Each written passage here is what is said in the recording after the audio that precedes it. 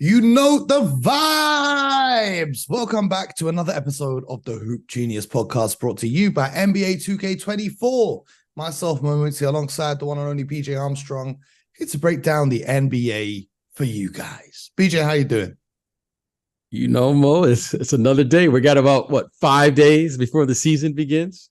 Yeah, So we got Tuesday night, right? Tuesday night, we're here. We're in the building. We're in the building. Well, you are. I'm not. I'm here in England, but you will be in the building. So that'll be fun. Very excited. We've had a last minute coaching staff change be announced today. Terry Stotts, who, if you guys didn't know, used to be the coach of the Portland Trailblazers, is an assistant coach, or was an assistant coach, on the Milwaukee Bucks. And when Damian Lillard got traded there, obviously this was fantastic news because he's already got a relationship with Dame and they've known each other for a long time. But today it announced that Terry Stotts has resigned from his role. A report came out, and this is what the report says. If you didn't see it, if you don't want to pay for the subscription to The Athletic to read it, I'm going to read it to you now. So subscribe to the podcast because it's free, unlike The Athletic where you got to pay to read it. So here we go. When the players and coaches broke the huddle, Stotts went in the opposite direction of the coaches' huddle and instead started walking towards the players to discuss the offense. As Stotts attempted to start a conversation with Lillard and Giannis Antetokounmpo, Griffin called Stotts to join the coaching huddle. When Stotts asked for some time with the players, Griffin yelled for Stotts to join the coaching huddle. The incident occurred in front of the entire team, those sources said. Now, BJ, what are your initial thoughts and reactions to hearing that? Because to me, it's practice. Things get heated. People yell. It's just part of the game, right? But the way that it's been phrased there by our friend Shams Charania makes it seem like he was embarrassed in front of the entire team. What are your thoughts on hearing that? Well, that's interesting. And I'm not sure how to take that. I'm not sure how to take it because, I wasn't there. I haven't seen it. You got to put it in its proper context. However, I've been in thousands of practices. Mm-hmm.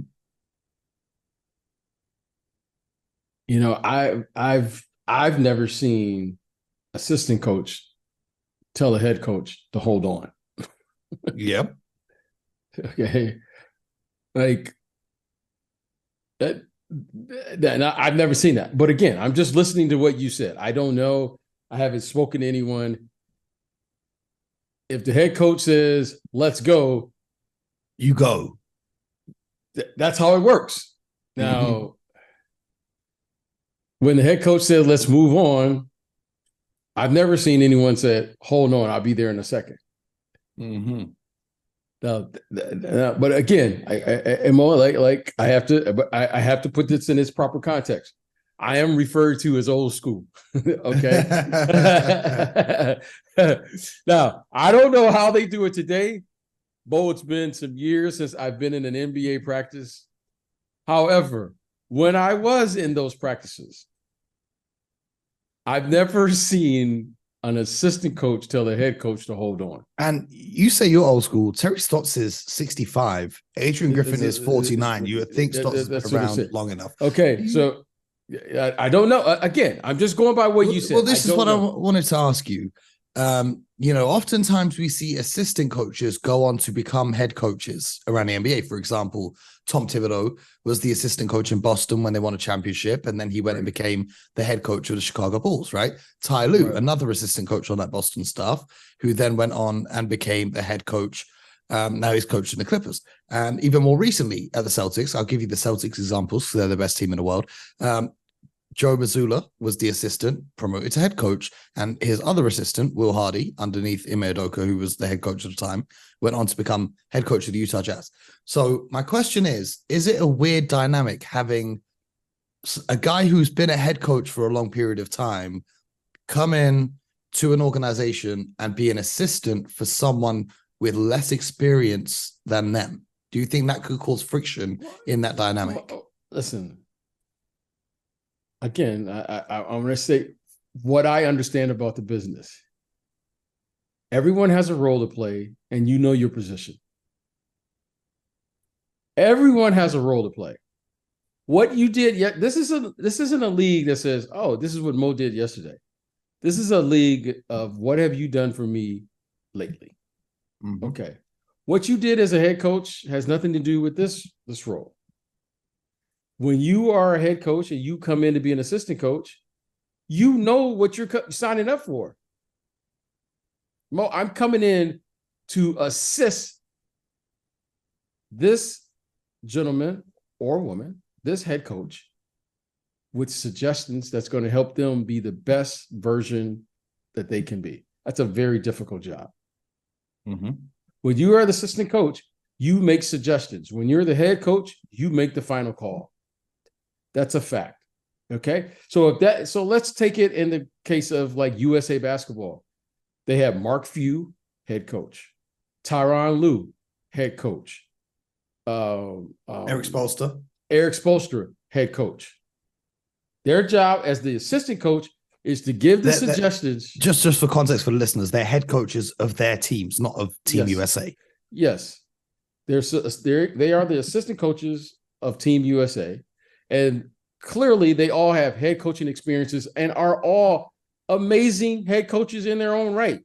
Mm-hmm. However, in this situation, the final call of how practices will be run, the rules and regulations falls on the shoulders of Steve Kerr. That's a fact. But that example further lends to my point, because that didn't work too well at the World Cup. So it worked great. Well, it worked great. You think the World Cup went great for Team USA? But when you are a competitor, you win some and you lose some. If they beat Germany, they probably win the whole tournament. But that's how the game. Yeah, but they didn't. Exactly. So did they win? Was it a failure? No. Like the rest of the world is pretty good. Like this is what I'm saying. Like it can't be gloom or doom. It's like, okay, we lost. We lost to a better team in a 40-minute game. Like from an American perspective, it's a 40-minute game. Like professionals don't play 40-minute games. But here in FIBA, you play a 40-minute game. Okay, in a 40-minute game, it increases your chances significantly if you take away 15 to 20 extra possessions in the game that most professionals are accustomed to in this country. However, that's not the case. So it's however you want to look at it. Give everyone credit for what they're doing. However, my point is Terry Stotts knew what he was signing up for. Like everybody knew what they were signing up for. But again, I wasn't there, and you can't tell the head coach to hold on. Like if that was true, like, hey Steve, hold on. I'm talking to Mo. No, that's not how this works. Yeah. That's not, at least the world that I knew. But again, like I say, it's a new day, it's a new era. And I would pay the same respect to Mo. Mo is running and Mo is in charge. I know my role. Well, Mo, I've done this for 40 years. I'm the assistant coach. You're the head coach. It has nothing to do with experience. It has nothing to do with experience. It's just, and also not that I know anything about the inner workings of this situation. Right. But there have been situations in the past around the NBA, without mentioning any names, where assistant coaches have been plotting and vying for the head coach's role themselves. So they've not been operating in a way that's beneficial to the head coach, if I say it like that, to put it nicely. And I'm not saying that's what happened here. I'm just saying that's happened a number of times before. An assistant coach feels like he should be the guy, so he will try and cause a rift in the team or try and plot his way to that role. I'm just saying that happened. Yes. If there's a miscommunication with Mo and I, situation with Mo, if Mo is the head coach and BJ is the assistant, okay. So I could sit here and go, hey, well, Mo never played in the NBA. I could go through this exercise and I could do all that. However, when Mo asked me would I help him and assist him as a head coach, you would think that I knew what I was signing up for. My guy. If there is a miscommunication, my job is to say, hey, Mo, such and such that happened to today's practice. Here's what's going on. And I wasn't trying to da-da-da. However, maybe we can handle this situation a little different. Mm-hmm. There's misunderstandings all the time.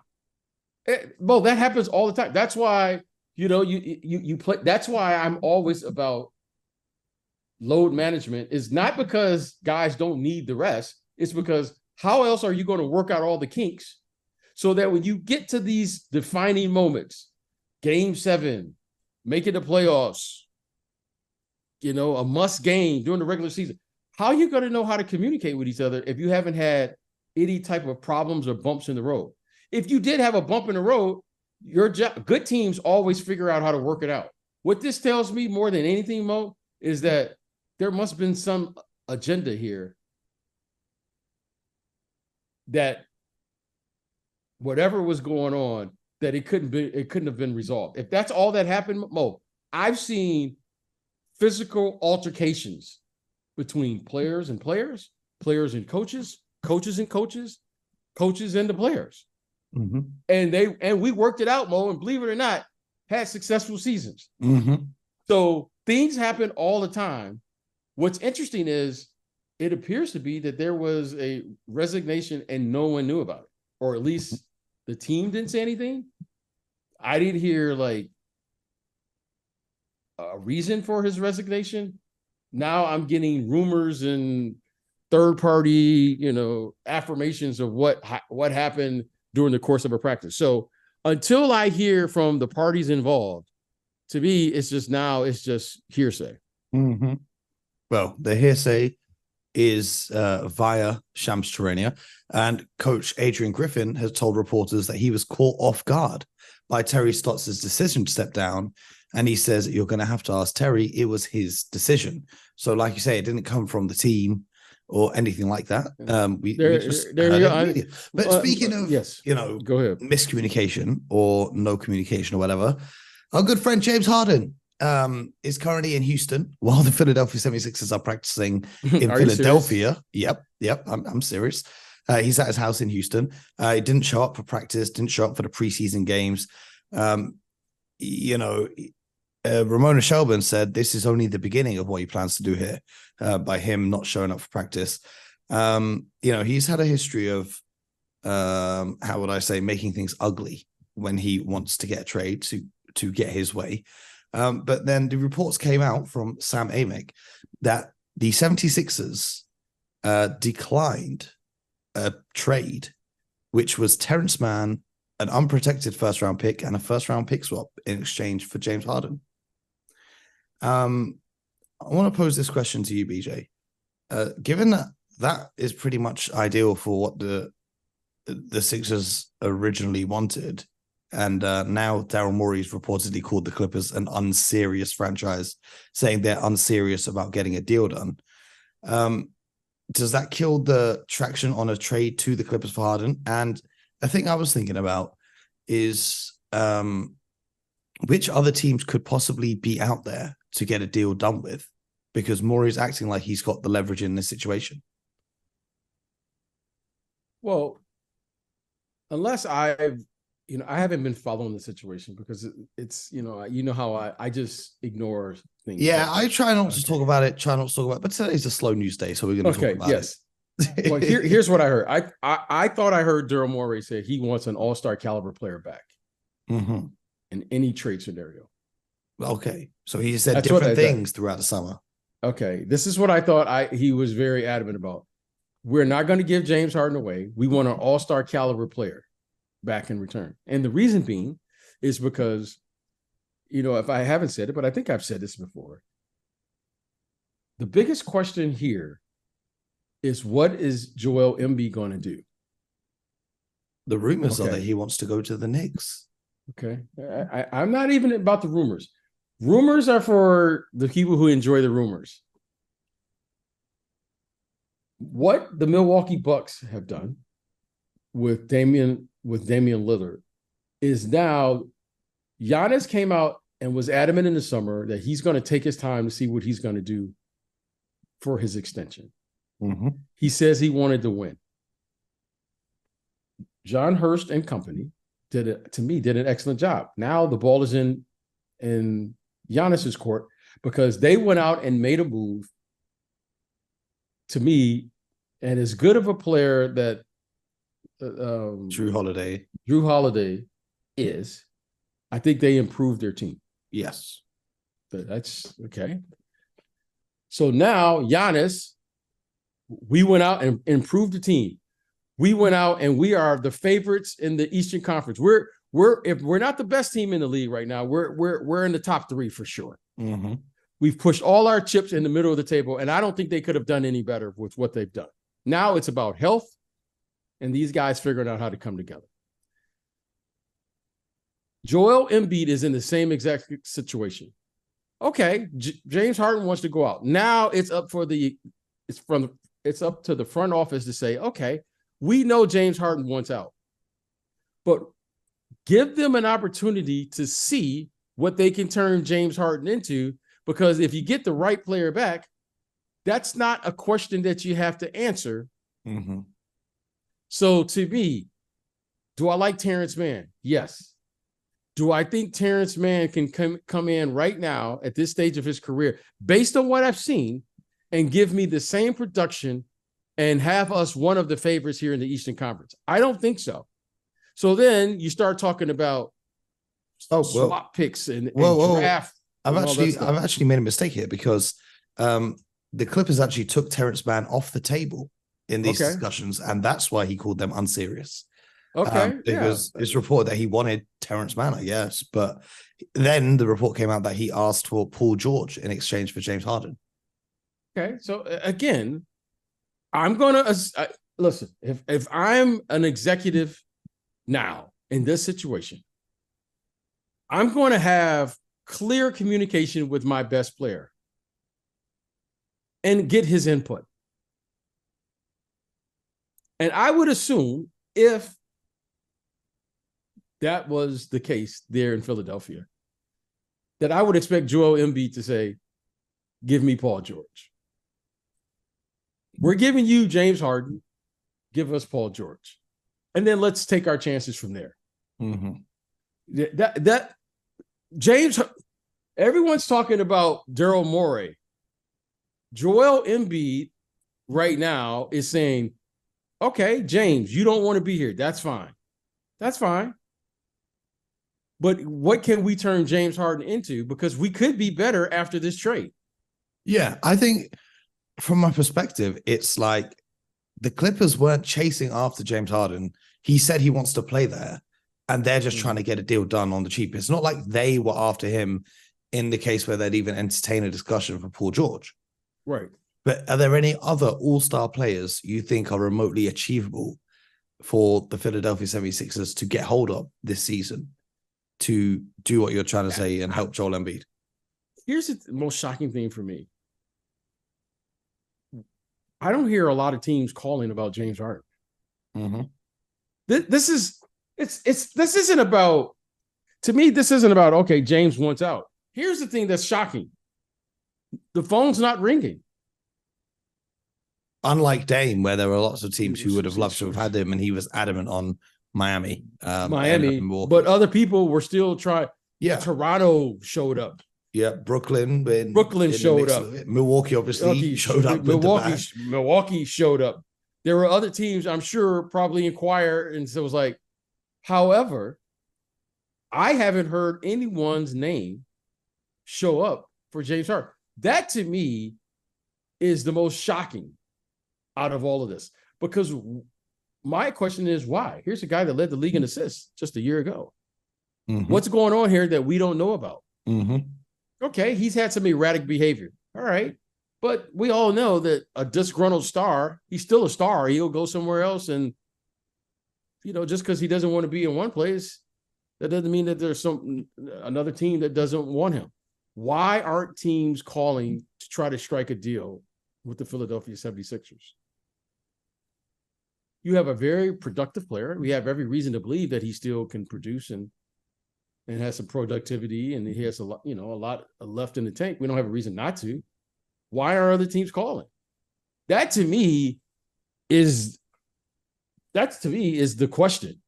What is going on here that the teams know where no one's calling Daryl Morey? There's been no reports. There hasn't been any rumors. There hasn't been anything to say, why can't we trade and try to figure out something for James Harden? Let me float an idea to you. Sure. Not even an idea, just a passing thought. The Miami Heat, they didn't go for Bradley Beal because they wanted to get Dame and they missed out on Dame. Okay. Do you think if they made a move for James Harden? Who is they? The Miami Heat. They made a move for James Harden. How would you see that going? I don't see James Harden fitting into the culture of Miami and what they're all about. Their new jerseys have the word culture literally written upon the front of them. So it'd be pretty funny to see James Harden in that. But do you think what's stronger, Heat culture or James Harden's personality? It would be the battle of the wills. I don't think there's a battle there. Pat Riley has been consistent throughout his career on the type of player that he will bring into the fold. That's just everyone. It's important that whoever you decide to be, that you stick with that. Pat Riley has made a living off of talent and toughness. He got to the NBA Finals with undrafted players. Mm-hmm. Okay. His best players are very talented and they have an incredible amount of toughness. Their coach, yeah, he's a talented coach, but he coaches toughness. Now, I'm not saying James Harden is not tough. Clearly, he has a lot of talent. However, I don't think he fits their culture and what they do. James Harden, suddenly they're not going to play through James Harden there with Bam Adebayo and Jimmy Butler. They're not going to put the ball, in my opinion, but maybe they change. Maybe they do. I don't think that's a good fit. I don't suddenly see in James Harden playing defense the way that we've become accustomed to watching the Miami Heat play defense. I don't see Eric Spoelstra changing his defensive philosophy to accommodate this player, unless this player is open to changing the way that he plays. Now, if that is the case, yeah, I could see this making a move. It's not like James Harden can't do it. It's just how committed to you to doing it. Mm-hmm. So do I think James Harden is a terrific player? Yes. Okay, what are you going to give back for James Harden? They're not giving Bam Adebayo and they're not giving Jimmy Butler. Okay. All right. If who's a much younger player and can score the ball like that. And if you're telling me Tyler Hero and Joel Embiid is the fit, okay. All right. I'll see you at 7:30 and watch. I have my opinion about it. No disrespect to anybody. However, that's what it is. That's what it is. And I am convinced now that the centerpiece to all of this, okay, is what is Joel Embiid going to do? Because Joel Embiid has been incredibly quiet. And he is literally, he has a comment about everything. I mean, he's one of the best on Twitter. He called himself Troll Embiid. Troll Embiid, and he hasn't said a word. And I think that's intentional. He's intentionally doing that. Do you think he plans to leave town? I think they're going to wait to see what they do. What can you do with James Harden? You have to turn James Harden into contending players who fit the Joel Embiid timeline. But that's not going to happen. Okay, like, well, who is out there that fits that description that a team is willing to give up? Like, well, you have to be patient. You have to be patient. They gave up a lot to get James Harden. I mean, they gave up another guy who was refusing to show up and play. Okay. Well, there you go. But the irony is Ben Simmons has looked pretty good in the preseason. Have you managed to catch any of his games? I've seen a little bit. of it. You think he's going to have a bounce back year? You know, I'm really not into I'm not really into bounce back bounce in, whatever. Just play. Like,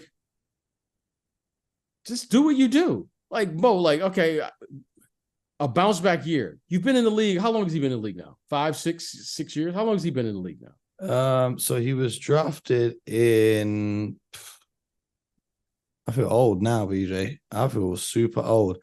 Ben Simmons has been in the league for he didn't play his first year. Then he had 1, 2, 3, 4, 5, 6 seasons. Okay, he's been in the league 6 seasons. Well, he's been in the league 7 seasons, and 2 of them he didn't play. Okay, but here's my frustration with Ben Simmons. You've been in the league now for 6 seasons. You've yet to extend your range outside of a layup. Okay? Mm-hmm. Now, bounce back. Ben Simmons is probably 10, 10, and 8, just being exactly who he is right now. He can do that in his sleep. He'll get 10 points. His career average is 15, 8, and 7. Okay. He's done that since day one. Okay.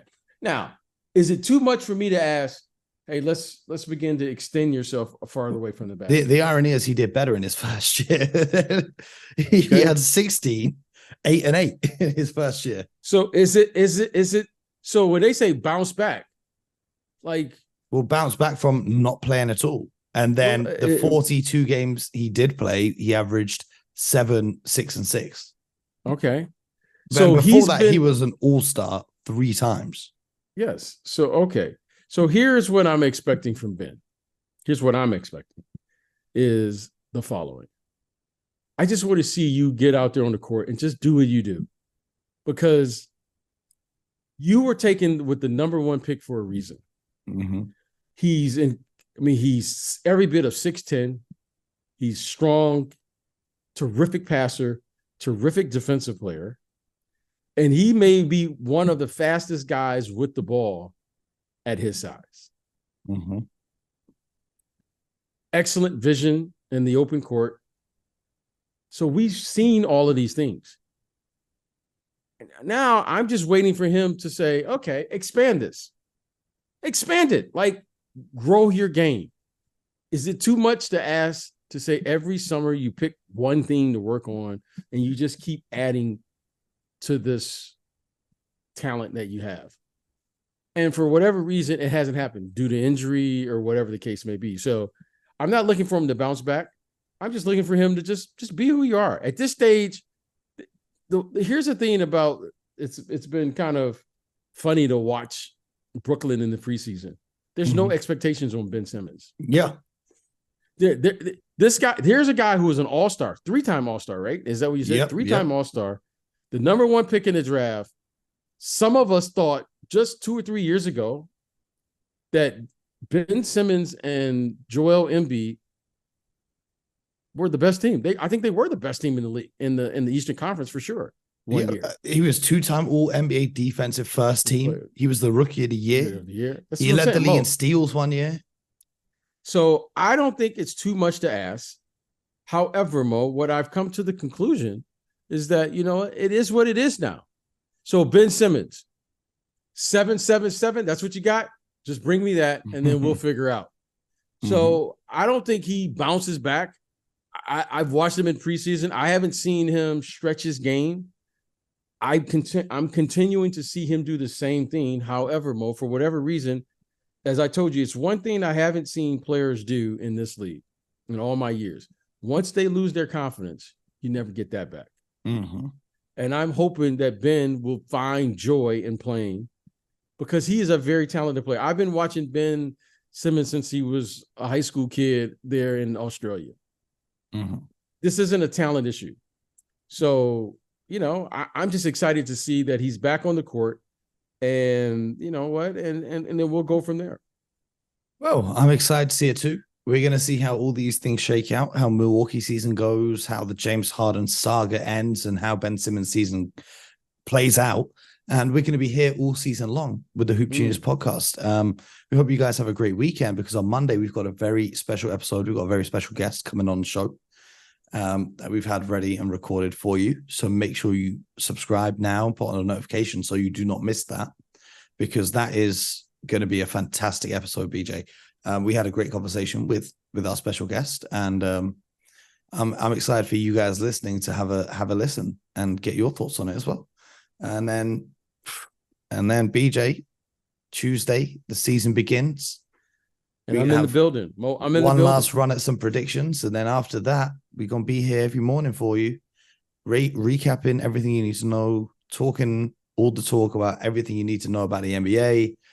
This is the Hoop Genius podcast. That's what we do. Subscribe now. Get your copy of NBA 2K24 through the link in the description, because link in the description, you can play with Ben Simmons and actually turn him into a star, or you can play as the Sixers and actually have James Harden on the court.